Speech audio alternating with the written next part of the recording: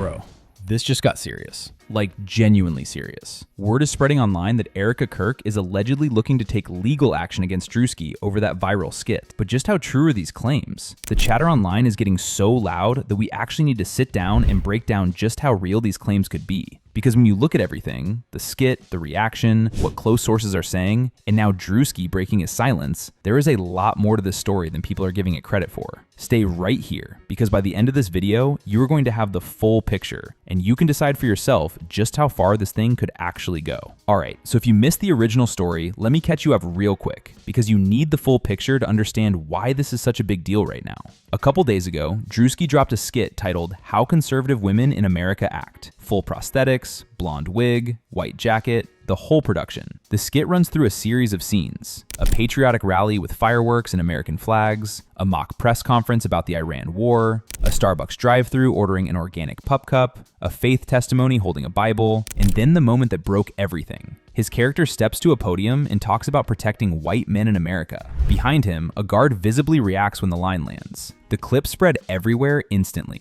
Now here's the thing that is going to matter a lot when we talk about this legal angle. Druski never once said the name Erika Kirk in that video. Not one time. He titled it How Conservative Women in America Act. Generalized, broad, no names. But the internet did not need a name. Within hours, people were posting the skit side by side with real Erika Kirk footage, and the comparisons were undeniable. Then someone asked Grok, X's built-in AI, to identify the person in a still from the skit, and it responded, Erika Kirk. Not Druski in costume, just Erika Kirk. That reply alone racked up over 2 million views. And the skit itself, 119 million. That new Druski skit that just came out dunked on Erika Kirk so hard. Holy shit, bro. Oh my God. He framed it as how conservative women act, but go watch the first clip and who do you think of?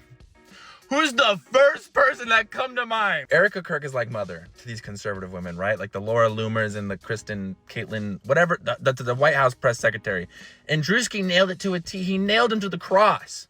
Always talking about, I love children. I love the Bible. Oh my God, that hurts so bad. And then their husband die and they start dancing the fireworks.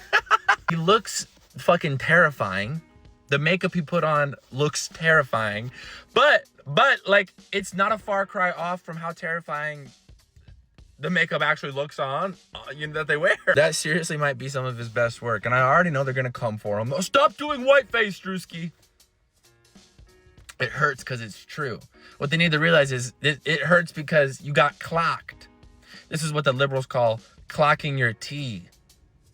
Your T got clocked. Someone's got to put Druski in like witness protection for that. I ain't gonna lie. Now let me really break down what was in this skit, because the detail matters here. Whoever did Druski's wardrobe and makeup for this one genuinely deserves an award. People were saying it did not even look like him. Like, bro, it looked like a real person. The skin complexion, the facial expressions, the mannerisms, all of it was on point to a level that felt uncomfortably accurate. The skit opens with fireworks going off and 2 American flags while his character dances on stage. That right there is a direct nod to Charlie Kirk's massive memorial in Arizona. Then we get the mock Iran war press conference where his character dodges every hard question while talking about praying for soldiers. Then the Starbucks drive-thru, the Bible testimony, and then that podium moment where he says America needs to protect white men specifically. But here's the part that really connected everything for people online. Druski also nailed her specific look into camera. That cold, direct stare that Erika Kirk has become known for in her public appearances. He studied it, he replicated it, and when people pulled up her real CBS interview footage next to his version, the reaction online was immediate. Side by side, the comparisons were almost frame for frame. That is when the conversation stopped being just about a funny skit and started being about something a lot more loaded. But here's the context that makes Druski's whole position so much stronger. Because that skit did not come from nowhere. There was a very specific real-world moment that triggered all of this,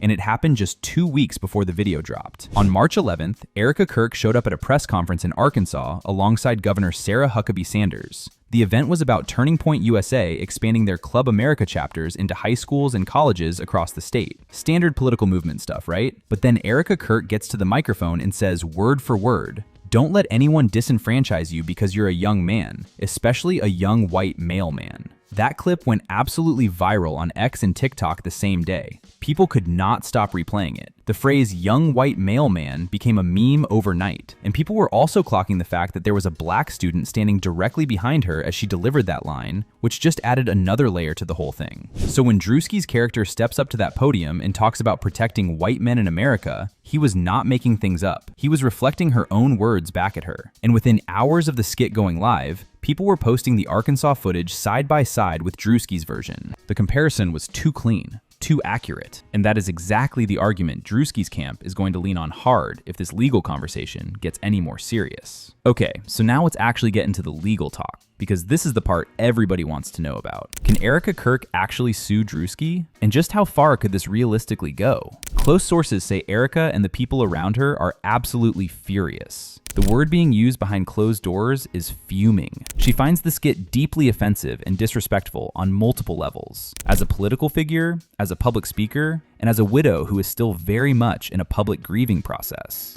People close to the situation say the idea of pursuing some kind of legal action has been discussed, and the anger is very real. But here's where Druski's silence-breaking moment becomes so important.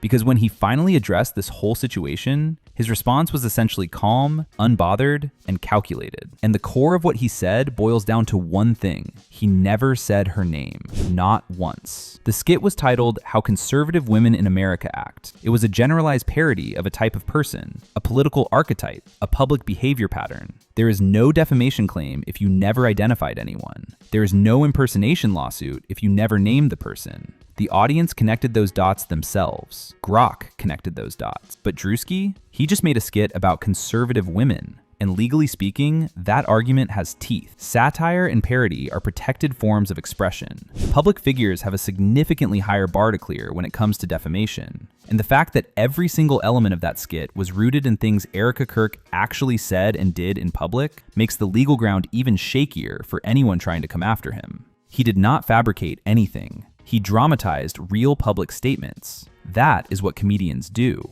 Now, the internet reaction to all of this has been something else, because even before the legal talk started, people were already divided right down the middle on this skit. On one side, you had millions of people calling Druski the absolute GOAT, reshares going crazy, comment sections full of people saying this was the funniest thing they had seen all year.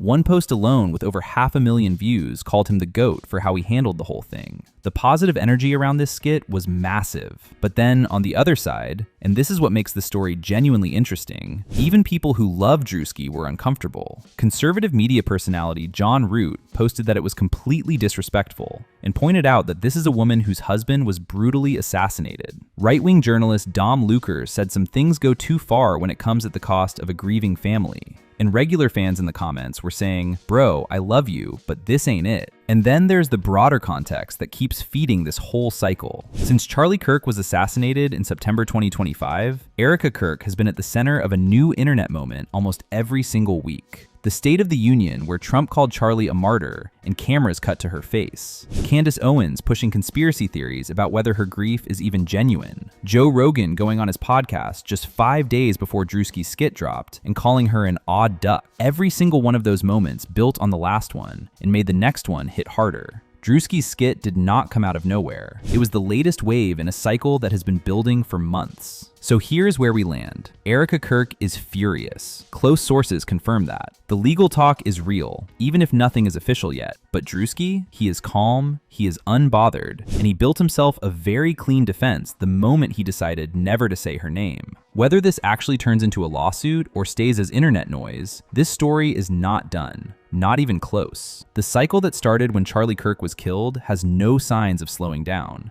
and every new moment just feeds the next one. Drop your thoughts in the comments. Do you think Erika has a case, or is Druski untouchable on this one? Anyway, this concludes today's video. Be sure to subscribe to LoafTube for future celebrity videos, and turn on that post notification bell so you don't miss out on any future uploads. Until then, see you in the next one.